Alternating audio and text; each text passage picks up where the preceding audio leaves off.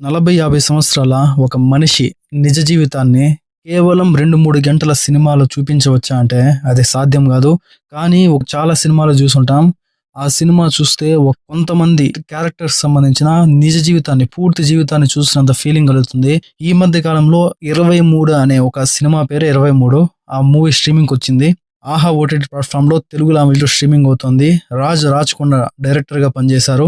ఇక ఈ వీడియోలో ఈ 23 మూవీ గురించి మాట్లాడుకుందాం. మూవీ ఎలా ఉందనే విషయాన్ని మాట్లాడుకుందాం. ఇంకొక చిన్న రిక్వెస్ట్ ఏంటంటే, చాలా మంది మన వీడియోస్ చూస్తున్నారు గానీ సబ్స్క్రైబ్ మాత్రం చేయటం లేదు. ప్లీజ్ సబ్స్క్రైబ్ చేసి సపోర్ట్ చేయండి. లైక్ చేయండి, కామెంట్ చేయండి. Hit the bell icon also for more updates.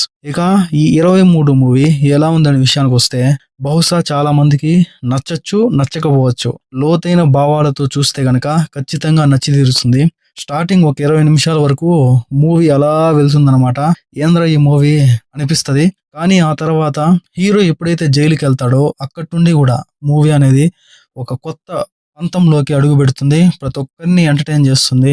మనిషిని ఆలోచింపజేసే విధంగా చేస్తుంది. మరీ ముఖ్యంగా క్షణికావేశంలో ఏదో చేయబోయి ఆవేశంతో నేరాలకు పాల్పడుతున్నారో వాళ్ళ జీవితం ఏ విధంగా తయారవుతుంది. మనము ఏదో ఒక్కరిని చంపేస్తున్నాము, ఇంకొకరిని దోచేస్తున్నాం అనుకుంటాం కానీ మన దృష్టిలో వాళ్ళు ఒకరే కావచ్చు. కానీ వాళ్ళు నమ్ముకొని కుటుంబం ఉంది. వాళ్ళ పరిస్థితి ఏంది అనేది ఒక్కసారి ఆలోచించాలి. ఇదే కాన్సెప్ట్‌తో మన ముందుకు వచ్చింది ఈ మూవీ. దాంతో పాటుగా అగ్రకులం, తక్కువ కులం అనేది చూపించారు. ఎంతో మంది వాళ్ళ పలుకుబడి, డబ్బును ఉపయోగించుకొని హత్యాయత్నాలు చేస్తూ, నేరాలకు పాల్పడుతూ, పెద్ద పెద్ద నేరాలు చేస్తూ, ఆ తర్వాత ఎటువంటి పశ్చాత్తాపం లేకుండా వాళ్ళ పలుకుబడిని ఉపయోగించి జైలు నుండి బయటకు వచ్చి మళ్ళీ అదే విధంగా నేరాలు చేస్తున్నారు అనేది చూపించారు. అదే కొంతమంది తెలిసి తెలియక నేరాలు చేసి వాళ్ళలో ఆ పశ్చాత్తాపం వచ్చి ఆ తర్వాత వాళ్ళు మారి ఏదో వాళ్ళ జీవితం గడపాలనుకుంటారు. కానీ బయటకు వచ్చడానికి అటు సమాజం కానీ, ఇటు డబ్బు లేక, పలుకుబడి లేక, అసలు సమాజంలో ఎటువంటి దారులు లేక వాళ్ళు పడే ఇబ్బందుల్ని చూపించడం జరిగింది. క్షణికావేశంలో నేరాలకు పాల్పడితే దాంతో ఏ విధంగా వాళ్ళ జీవితం దుర్భరంగా మారుతుంది, జైలు జీవితం. ఆ తర్వాత అగ్రకులాలు అంటే డబ్బున్న వాళ్ళు, పలుకుబడి ఉన్న వాళ్ళు ఏ విధంగా దాడి చేసి నేరాలు చేసి తప్పించుకుంటున్నారు. అదే తక్కువ కులం, డబ్బు లేని వాళ్ళు అంటే బలహీనులు ఏ విధంగా వాళ్ళ పశ్చాత్తాపం వచ్చిన తర్వాత కూడా జైలు నుండి రిలీజ్ అవ్వకుండా ఎన్నో శక్తులు అడ్డుపడుతూ అటు సమాజంలో వాళ్ళకి తలెత్తుకోలేక అదే జీవితాన్ని తలుచుకొని కుమిలిపోతూ ఏ విధంగా జైలులో మగ్గిపోతున్నారు అనేది చాలా చక్కగా చూపించారు. నాకైతే మూవీ బాగా నచ్చింది. బేసిక్గా మూవీ ప్లాట్ ఏంటంటే, సాగర్ ఒక అప్పట్లో అగ్రకులము, తక్కువ కులం అని చాలా ఇదిగా ఉండేది, వివక్ష చూపించేవారు. అలా ఒక ఇంట్లో పుట్టిన వ్యక్తి అన్నమాట. ఒక ఇడ్లీ కొట్టు పెట్టుకొని బతుకుదాం అనుకుంటాడు. అదే ఊరికి చెందిన సుశీల అనే ఒక అమ్మాయితో ప్రేమలో పడి పెళ్లి కాకుండానే అమ్మాయిని గర్భవతి చేస్తారనమాట. ఆ తర్వాత ఎలాగోలా సమాజంలో ఎవరు హెల్ప్ చేయరనమాట. అటు బ్యాంకులో రుణం కోసం అప్లై చేస్తే అది కూడా రాదు. దాంతో తప్పనిసరి పరిస్థితుల్లో తన ఫ్రెండ్ అయినటువంటి దాసు మాటలు వినేసిందే నక్సలైట్ లేపంతో ఒక బస్సుని దోచాలని చెప్పింది. ఇద్దరు ప్లాన్ చేస్తారు. అనుకోకుండా ఆ బస్సును అంటించేస్తారనమాట. ఆ ప్రమాదంలో ఆ బస్సులో ఉన్నటువంటి 23 మంది కూడా కాలి బూడిదైపోతారు. ఆ కేసులో కోర్టు ఇద్దరిని, హీరో సాగర్ని, అతని ఫ్రెండ్ అయినటువంటి దాస్ని, ఇద్దరికి కూడా మరణ శిక్ష విధిస్తుందన్నమాట. ఆ తర్వాత వాళ్ళ జీవితం ఏమైంది, సుశీల పరిస్థితి ఏమైంది అనేదే మూవీ స్టోరీ అనమాట. ఎప్పుడైతే బస్సును తగలబెడతారో ఆ తర్వాత స్క్రీన్ ప్లే చాలా వేగంగా వెళ్ళిపోతుంది. ఒకానొక దశలో ఎమోషనల్ వైపు వెళ్ళిపోతుంది పూర్తి మూవీ అన్నమాట. అసలు ఒక మనిషి మారడానికి, ఒక ఖైదీ మారడానికి, మరొకసారి ఒక ఖైదీగా జైల్లోకి రాకపోవడానికి ఎటువంటి చర్యలు తీసుకోవచ్చు అనేది కూడా చూపించారు. అది కూడా చాలా బాగా నచ్చింది. దాంతో పాటుగా సమాజం చూసి ఆలోచింపజేసే విధంగా కొన్ని సీన్స్ ని పెట్టడం, అది కూడా చాలా స్ఫూర్తిదాయకంగా అనిపిస్తుంది. దాంతో పాటు ఒకానొక దశలో ఈ మూవీ కాస్త డాక్యుమెంటరీగా మారిపోతుంది. ఆ ఫీలింగ్ అయితే కలుగుతుంది.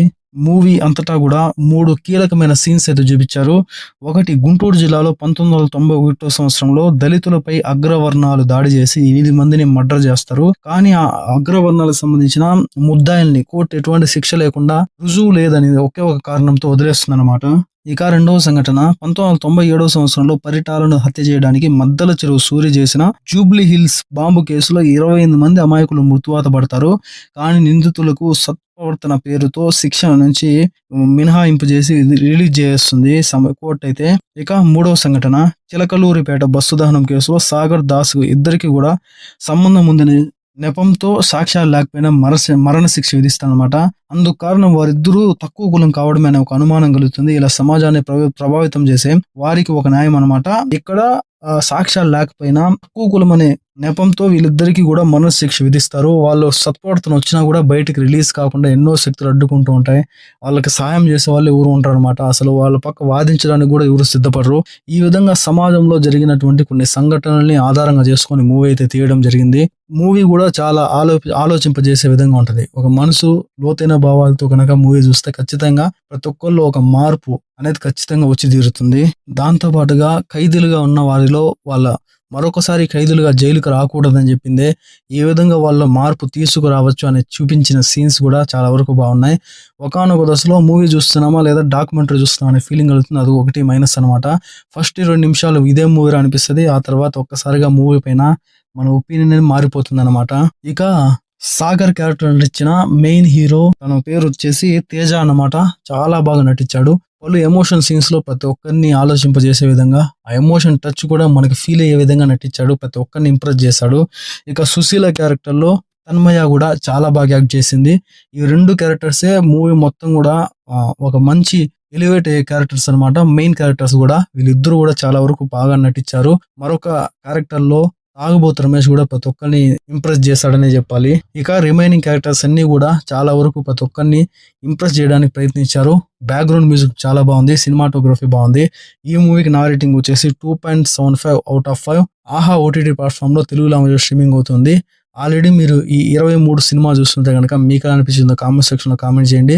ఫ్యామిలీతో కలిసి చూడొచ్చేటువంటి ఇబ్బందికరమైన సన్నివేశాలు లేవు. నెక్స్ట్ వీడియోతో మళ్ళీ కలుద్దాం. Stay tune. Thanks for watching.